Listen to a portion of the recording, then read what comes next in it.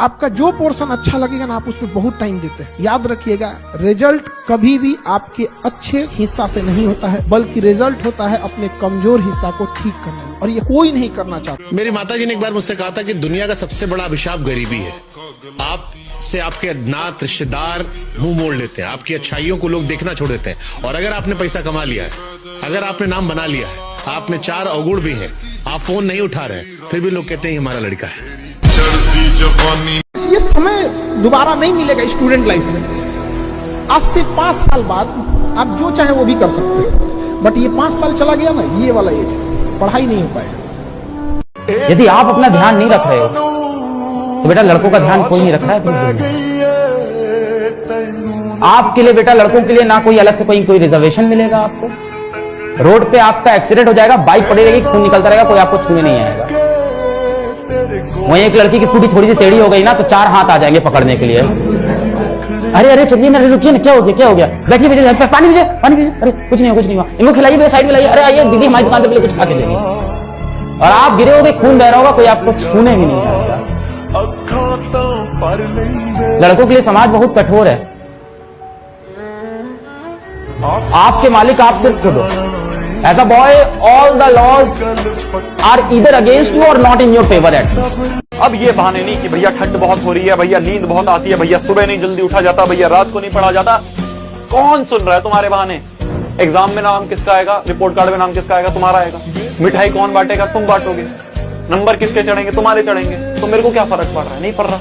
सिर्फ तुम इकलौते हो जिसका नाम उस रिपोर्ट कार्ड पे चढ़ेगा और तुम्हें फर्क पड़ेगा। तुम्हें ऐसा लग रहा है कि यार टॉपर का मन करता है? नहीं, उसे इसलिए पढ़ना पड़ता है क्योंकि उसे खुद को प्रूव करना है। ये डेडिकेशन चाहिए।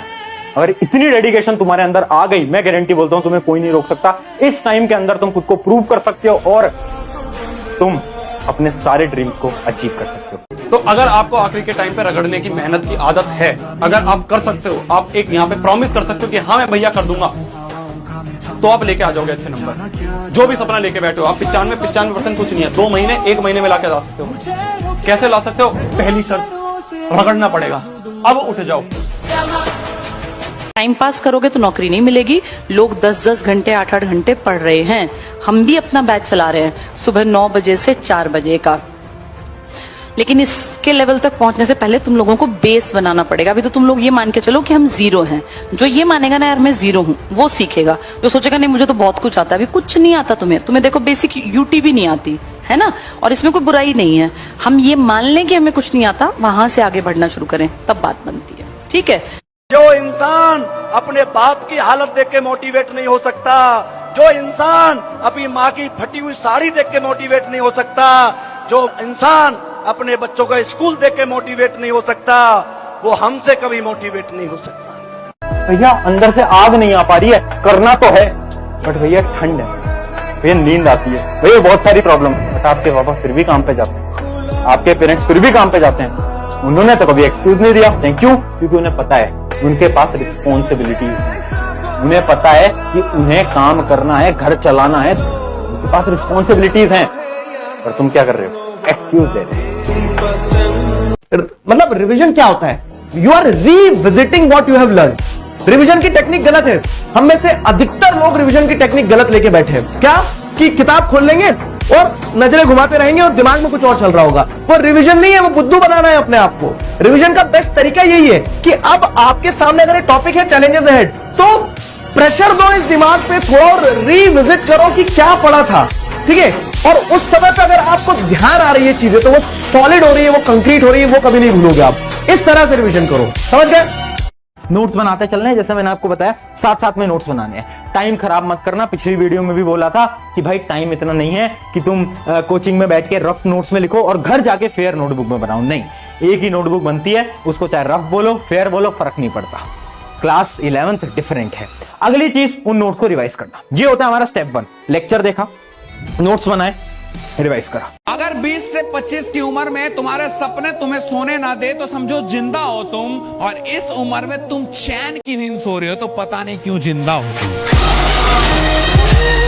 बहुत बार होता है ना, जब आप सेम काम बार बार करते हो ना, तो आपके दिमाग को उसमें मजा नहीं आ रहा होता। जैसे कि इमेजिन करो मैं आपसे बोलूं यार मेरी ये 5 मिनट की वीडियो है, तुम डेली देखो, तो कितने दिन तक वो सेम वीडियो देख लोगे? 1 बार, 2 बार, 3 बार, 4 बार, 5 बार, 6 बार, 7 बार, 10। उसके बाद तो नहीं देखोगे ना, उसके बाद बोर हो जाओगे ना।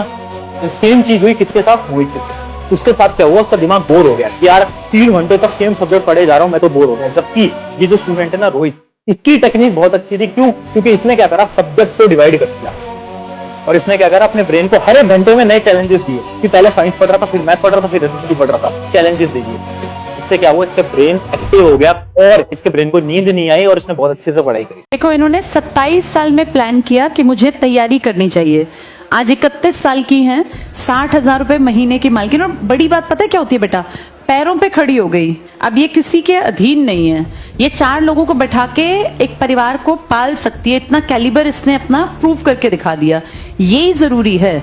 जो जितना कमाता है उतना खर्च नहीं करता, लेकिन एक आइडेंटिटी होती है कि भाई क्या है, ये तो जेई है। बोलने में भी थोड़ा भारी भरकम सा शब्द लग रहा है ना, भाई जेई लगे हुए हैं। सामने वाला अपने आप पे रिस्पेक्ट देता है। और देखो, तुम्हारी तरह ही थी, एक छोटे से बच्चे को छोड़ के आती थी, अपने घर में भी कामकाज होता है। जब तक आप लगते नहीं है ना, तब तक आपकी मर्जी भी नहीं चलती। आपको सारे घर की जिम्मेदारी भी निभानी पड़ती है और पढ़ना भी पड़ता है। वहां से आज ये यहाँ खड़ी है।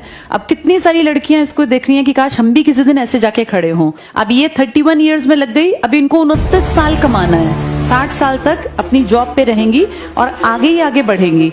आज 60 ले रही हैं, कल ये बढ़ के 70, 75, 80 इस तरह से बढ़ती जाती है सैलरी।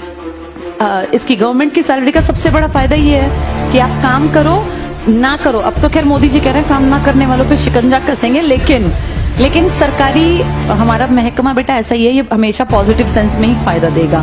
तो अच्छी बात है। और ऐसे बच्चे एक प्रेरणा स्रोत हैं। जो बाकी यहाँ बैठी हैं, जिनके बच्चे हैं, घर में परिवार है, वो देखें जरा, इसने देखो जेई की पोस्ट हासिल कर ली, तो तुम भी कर सकती हो। ये उदाहरण है।